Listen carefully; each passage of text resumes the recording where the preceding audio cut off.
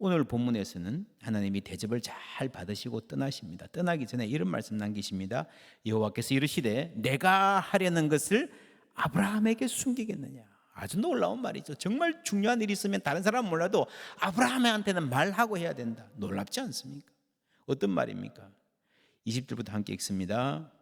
여호와께서 또 이르시되 소돔과 고모라에 대한 부르짖음이 크고 그 죄악이 심히 무거우니 내가 이제 내려가서 그 모든 행한 것이 과연 내게 들린 부르짖음과 같은지 그렇지 않은지 내가 보고 알려 하노라. 아멘. 소돔과 고모라의 죄악이 너무 크고 그들의 폭력적 행동이 너무 사람들을 아프게 해서 부르짖음이 하늘까지 상달됐는데 내려가서 보고 알려 하노라. 내가 확인해 봐야 되겠다. 진짜인지 아닌지. 여러분, 이게 조금 이상하지 않습니까? 하나님이 몰라서 확인해 본다 그러셨겠습니까? 방금 사라가 속으로 웃은 것까지, 표정도 아니고요, 눈에도 안 보고 장막 뒤에서 속으로 웃은 것까지 아신다 그랬는데 우리 모든 마음의 생각까지 다 아시는데 뭘 알아봐야 되겠다. 무슨 말입니까? 여러분, 하나님이 이 세상의 고통을 직접 체험하시겠다는 말이죠. 그 폭력이 있기 때문에 직접 그 폭력의 대상이 되는 위험을 감수하시는 공감의 하나님입니다. 또 하나, 알려 하노라라는 말을 들었을 때에 아브라함의 입장에서는 이 심판이 아직 완전히 결정된 것은 아니구나.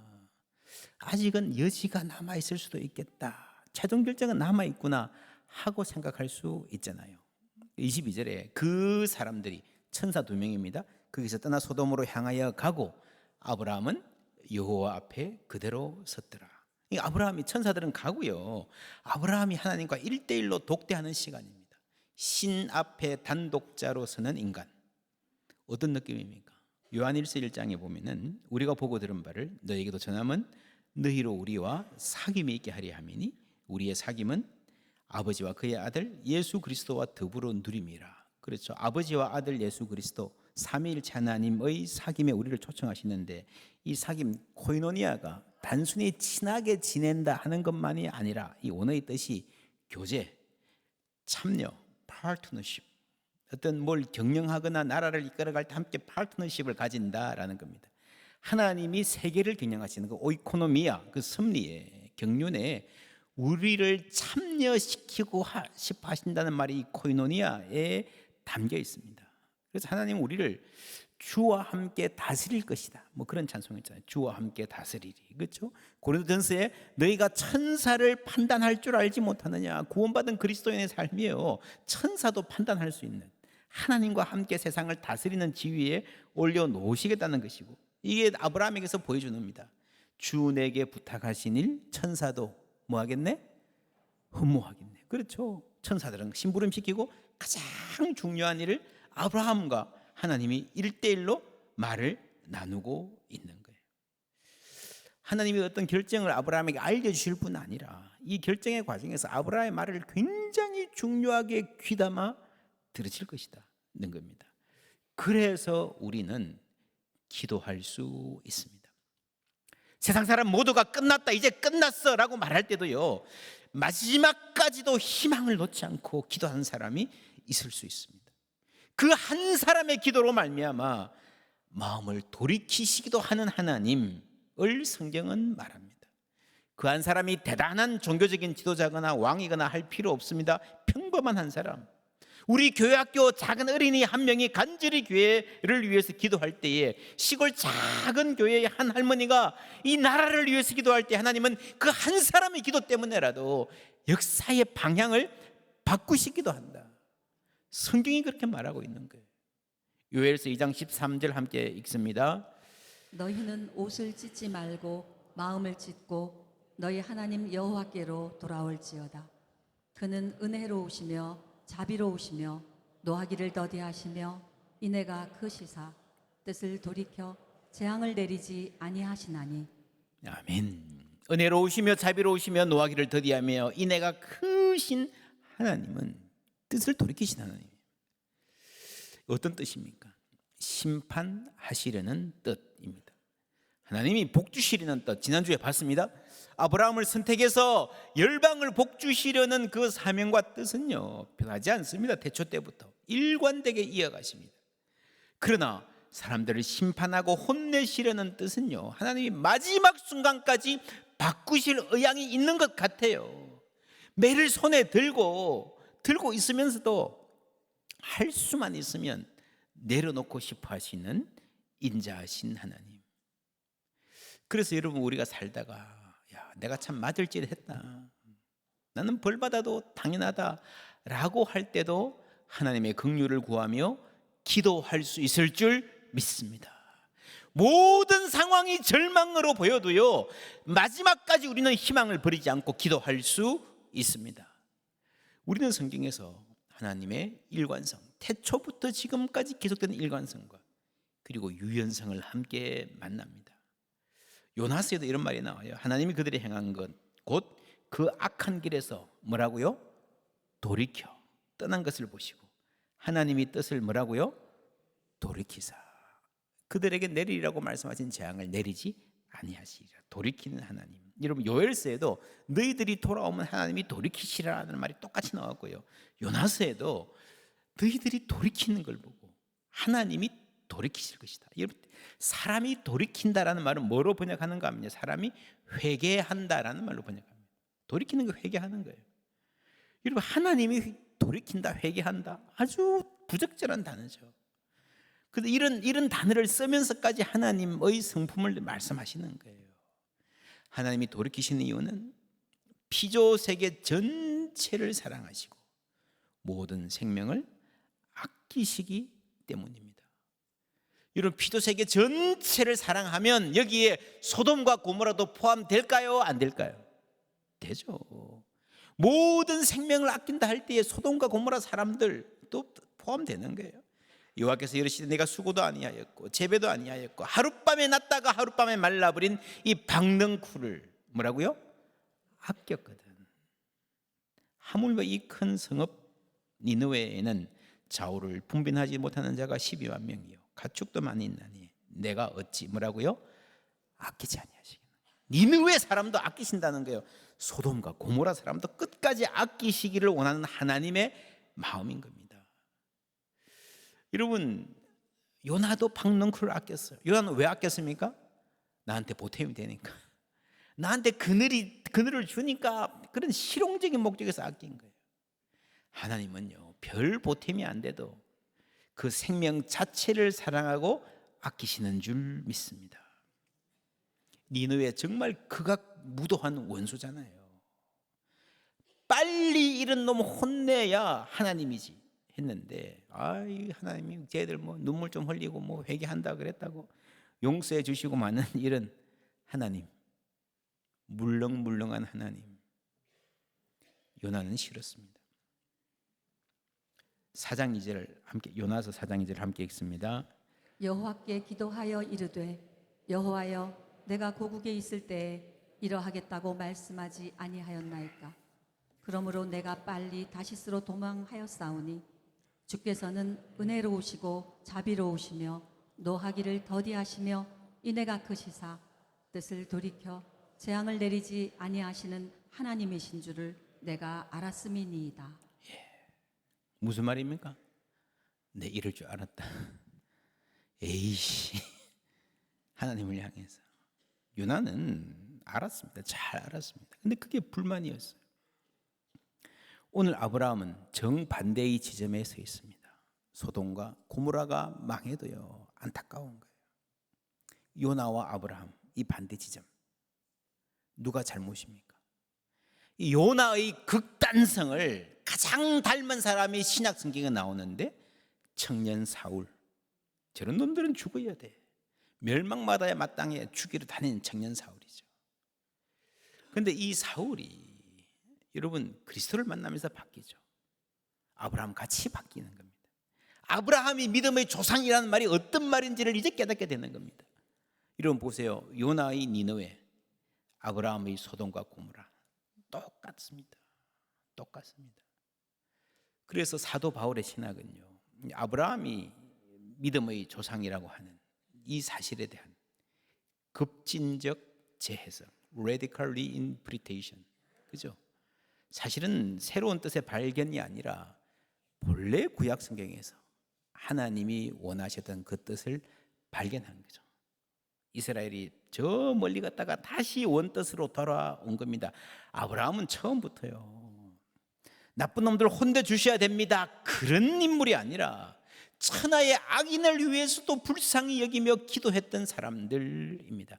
그래서 아브라함이 믿음의 조상이다라는 말을 제대로 안다면은 모든 이방인들을 사랑하시고 품어주시는 하나님을 믿을 수밖에 없습니다. 그것이 바울의 복음입니다. 그게 신학의 복음입니다. 아브라함은 믿음의 조상이요, 두 번째 뭡니까? 하나님의 친구요, 세 번째 뭡니까? 환대의 사람이라고 했습니다. 예수님이 우리를 친구시라고 요한복음 15장에 말했는데 두 가지 의미가 있습니다. 하나는 사람이 친구를 위하여 자기 목숨을 버리면 이보다 더 큰 사랑이 없다. 친구를 위해 목숨을 버리시는 예수님. 두 번째는 함께 읽습니다. 이제부터는 너희를 종이라 하지 아니하리니 종은 주인이 하는 것을 알지 못함이라. 너희를 친구라 하였노니 내가 내 아버지께 들은 것을 다 너희에게 알게 하였음이라. 아멘. 그렇죠? 다 말해주는, 오늘 아브라함 이야기와 정확하게 일치하죠. 같은 주제입니다. 그리고 이 15절 다음에 16절에 이런 말씀이 나옵니다. 예수님이 우리를 택하신 이유, 함께 읽습니다. 너희가 나를 택한 것이 아니요 내가 너희를 택하여 세웠나니 이는 너희로 가서 열매를 맺게 하고 또 너희 열매가 항상 있게 하여 내 이름으로 아버지께 무엇을 구하든지 다 받게 하려 함이라. 아멘. 여러분, 예수님이 우리를 택한 것은요, 구원하시기 위해서 택했는데 그게 단순히 지옥 안 가고 천국 가게 하려는 뜻만이 아니죠. 목적이 있으십니다. 그걸 뭐라 그럽니까? 열매를 맺게 하고. 그래서 모든 그리스도인들은요, 열매를 맺게 하려고 부름받은 줄 믿습니다. 열매 맺는 삶. 그 어떻게 열매를 맺는가? 여러분, 이런 이야기하면 어떤 분은 그럽니다. 제가 뭐 잘하는 것도 없고요, 헌금할 돈도 없고요, 건강도 없고요, 지식도 없고요. 아닙니다. 여러분, 열매 맺는 삶의 가장 중요한 길은 뭔가 하면요, 기도하는 겁니다. 누구 이름으로? 내 이름으로, 예수님 이름으로. 예수님 이름으로 기도할 수 있으면 그 사람은 풍성한 열매 맺는 삶이 될 줄 믿습니다. 사랑하고 섬기고 봉사하고 간 모든 것들이 거기서 출발하는 거예요. 기도하는 데서. 자, 창세기 18장에는 아브라함을 선택하신 이유가 나옵니다. 19절 말씀 세 번역으로 함께 읽습니다. 내가 아브라함을 선택한 것은 그가 자식들과 자손을 잘 가르쳐서 나에게 순종하게 하고 옳고 바른 일을 하도록 가르치라는 뜻에서 한 것이다. 그의 자손이 아브라함에게 배운 대로 하면 나는 아브라함에게 약속한 대로 다 이루어 주겠다. 아멘. 하나님 목적이 있으신 거죠. 그냥 이렇게 아브라함 너 내가 잘 봐줄게, 그게 아니라 아브라함을 만들어서 빚어서 옳고 바른 일을 행하고 가르치는 믿음의 조상으로 세우시겠다라는 목적을 향해서 하나님이 아브라함을 만들어 가시는 거예요. 아브라함을 만들어 가시는 겁니다. 여러분 기억하십니까? 마침내 복을 주려 하심이니라. 이 마침내라고 하는 단어, 그죠?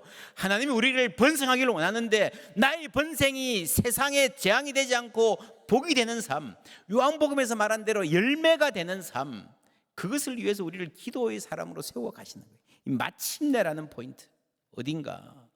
여러분 오늘 이 우리 아브라함의 기도 본문은요, 우리 교회 기품 아십니까? 기도로 품습니다. 사역에 출발하는 본문입니다.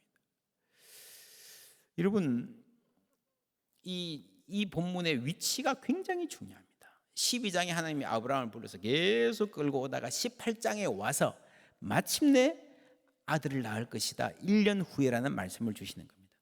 지금까지 아브라함의 인생에 여러분 자녀에 대한 말을 많이 하셨어요. 하늘의 별처럼 바다의 모래처럼 많이 하셨지만 그게 좀 추상적으로 멀리 보이는 말씀으로 말은 너무 좋은데 언제요, 언제? 그게 없다가 이제 최초로 시간을 특정해서 내년에라는 응답을 받은 거예요. 여러분 그런 응답을 받았으면 99년을 기다렸는데 마음이 얼마나 바쁘겠어요. 그러면 저 같으면 이제 금방 아기가 태어날 것 같아. 근데 여러분 18장에 아기가 안 태어납니다. 19장에도 안 나와요. 20장에도 안 나와요. 21장에 가서야 나옵니다. 여러분 성경의 이야기가 한 장 한 절 갈 때도 10년씩 휙휙 가잖아요. 그죠? 그런 거를 보면 19장, 20장, 21장까지 가는 이 흐름이 굉장히 특이한 겁니다. 왜 하필 그때 99세 할아버지가 아들 낳는다 그러면요 뭐 할 일이 많잖아요. 뭐 태교도 해야 되고 뭐 그 바쁠 때 뭐가 나옵니까? 소돔과 고모라 얘기가 여기 나오는 거예요. 굉장히 엉뚱하고 어색하고 희한한 구조입니다. 뭐 70세, 80대 시간 많을 때 소돔과 고모라 휙 지나가고 지금은 좀 자녀 낳는데 집중했으면 좋겠는데 왜 이때 아브라함이 내년이라는 말씀을 듣고 이삭이 태어나기 그 사이에 소돔과 고모라 이야기가 나올까? 여러분 이것이 아브라함 인생의 중요한 때인 겁니다. 하나님이 아브라함을 믿음의 조상으로 빚어가시는 그 과정에서 소돔과 고모라라고 하는 그 극악한 사람들까지도 품고, 여러분 기도의 크기가요 신앙의 크기예요. 그만큼 아브라함이 커진 겁니다. 간절히 기도하는 사람으로 하나님이 세우시면서 마침내 복을 주려 하심이라. 하나님의 마침내라고 하는 방점이 바로 기도하는 소돔과 고모라를 위해서 중보하는 여기에 찍힌 겁니다. 할렐루야. 내가 그리스도의 심장으로 너희 무리를 얼마나 사랑하는지 그리스도의 심장을 가진 사람으로 이제 아브라함을 바꾸어 가시는 겁니다. 그래서 하나님의 마음을 아는 거예요. 여러분 중보자는 중간에서 이분을 연결하는 분이죠. 내가 없으면 이 사람은 대화가 안 되지만 내가 중간에서 연결을 하려면 둘 다 친해야 돼요. 그죠? 우리가 중보 기도는요 하나님과 친해야 돼요. 하나님의 친구. 그래서 하나님이 아브라함을 너 좋아 이것뿐만이 아니라 너 내 친구니까 내 마음을 좀 알고 내 마음을 좀 전해줘. 그 부탁을 하시는 거예요. 여러분 이 아브라함의 가정과 하나님 이 웃음이 하나로 합쳐질 수 있을까요? 그 질문을 가지고 우리가 계속해서 성경을 읽어볼 수 있습니다. 또한 중보자는 신뢰할 수 있어야 됩니다. 너 말을 들었으라도 내가 그렇게 하마 그렇잖아요. 그래서 여러분 두 도시가 멸망하는 이 엄중한 심판 앞에서 내가 중보자로 나선다는 것은 내가 그럴 자격이 있는가 돌아보게 됩니다. 27절 8절 함께 읽습니다. 아브라함이 대답하여 이르되 나는 티끌이나 재와 같사오나 감히 죽게 아뢰나이다. 50의인 중에 5명이 부족하다면 나는 티끌이나 재와 같사오나 무슨 말입니까? 나는 자격이 없다는 거예요. 나는 공로 없사오나 말씀을 드리는 게 누군가가 해야 되니까. 여러분 소돔과 고모라에 10명이 없었잖아요. 몇 명이 있었을 것 같아요? 예레미야 5장 1절 함께 읽습니다. 너희는 예루살렘 거리로 빨리 다니며 그 넓은 거리에서 찾아보고 알라.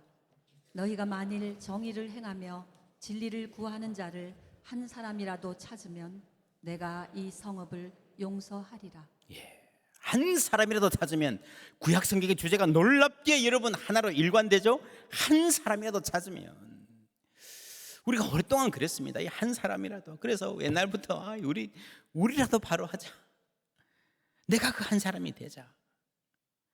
기특한 생각이지만 안 될 가능성이 많습니다.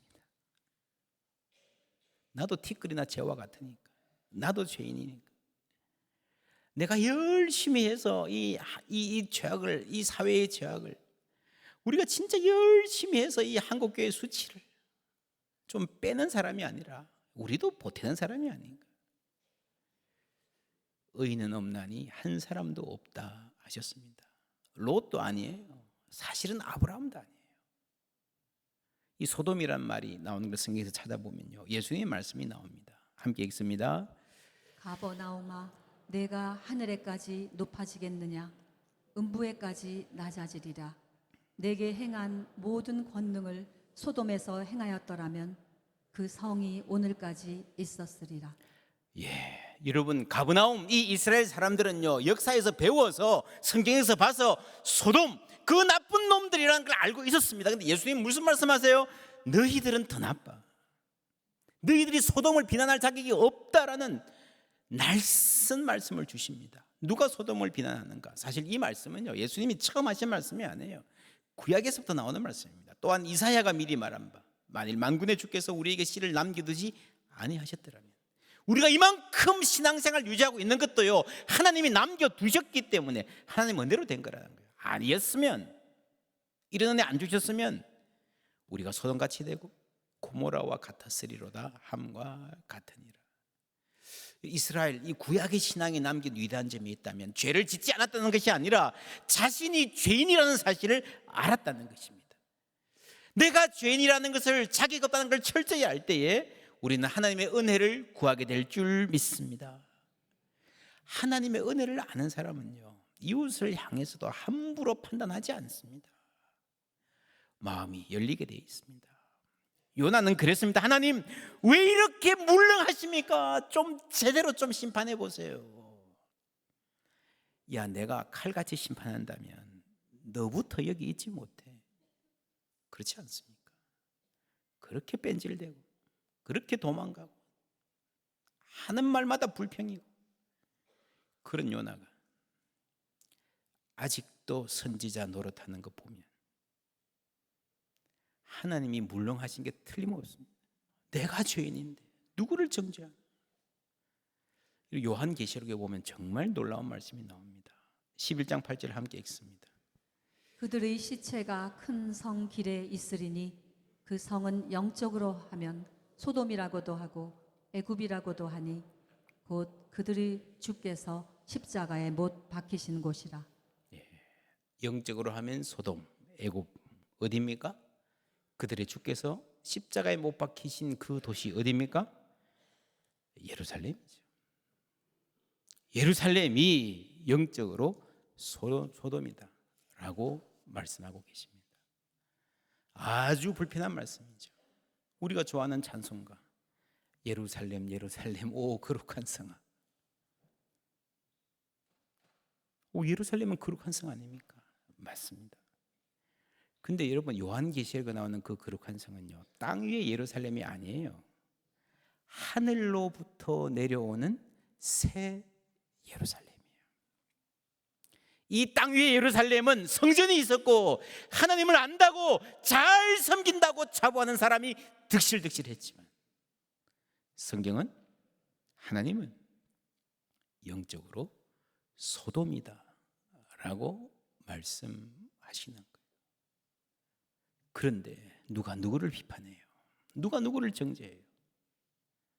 우리 인간은 그 누구도 자신할 수 없는 거예요. 의인 10명이 아니라 1명도 없었어요. 아브라함도 아닙니다. 에스겔에 보면 비록 노아, 다니엘, 욥, 고향에서 가장 훌륭한 사람 3사람을 묶어서 그 3사람이 거기에 있을지라도 그들은 자기의 공의로 자기의 생명만 겨우 건지면 다행이야. 20절에 보면 그들도 자녀도 못 건질 거야. 그만큼 인간의 죄악이 깊다는 것입니다. 그럼 어떻게 해요? 우리는 그 근처도 못 가는데, 그래서 예수님이 필요한 거예요. 그래서 어떤 인간이 아니라 하나님이 직접 우리 가운데 오셔서 우리 위에 죽임당하시고 십자가 지신 거예요. 그 구원의 이름 우리에게 주신 줄 믿습니다. 우리는 죄인이지만 그 예수 권세의 예수 십자가 공로로 하나님 자녀 될 수 있습니다. 뿐만 아니라 그 예수의 이름으로 기도할 수 있는 특권 받았음을 감사드립니다. 그 특권 가운데서 이제 우리가 그리스도의 심장을 품고, 아브라함이 그랬던 것처럼 이 땅을 품고 기도하면서 그리스도의 사람으로 살아갈 때에 우리는 한 짓으로 보면요, 나 혼자 겨우 천국, 그것도 안 되는 사람이지만 이 생명의 복음을 세상에 전하며 주께 영광 돌리는 풍성한 열매 맺는 삶을 살게 될 줄 믿습니다.